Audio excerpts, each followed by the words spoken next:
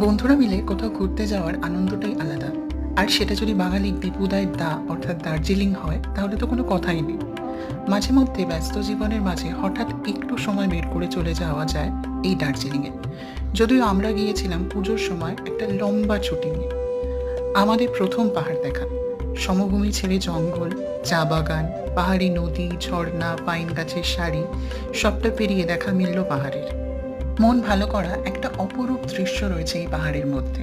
যেমনই শান্ত স্নিগ্ধ, তেমনই অপরূপের শোভা। কখনো বা দুর্গম রাস্তা, আবার কখনো চড়াই উতরাই, ঠিক আমাদের জীবনের মতো।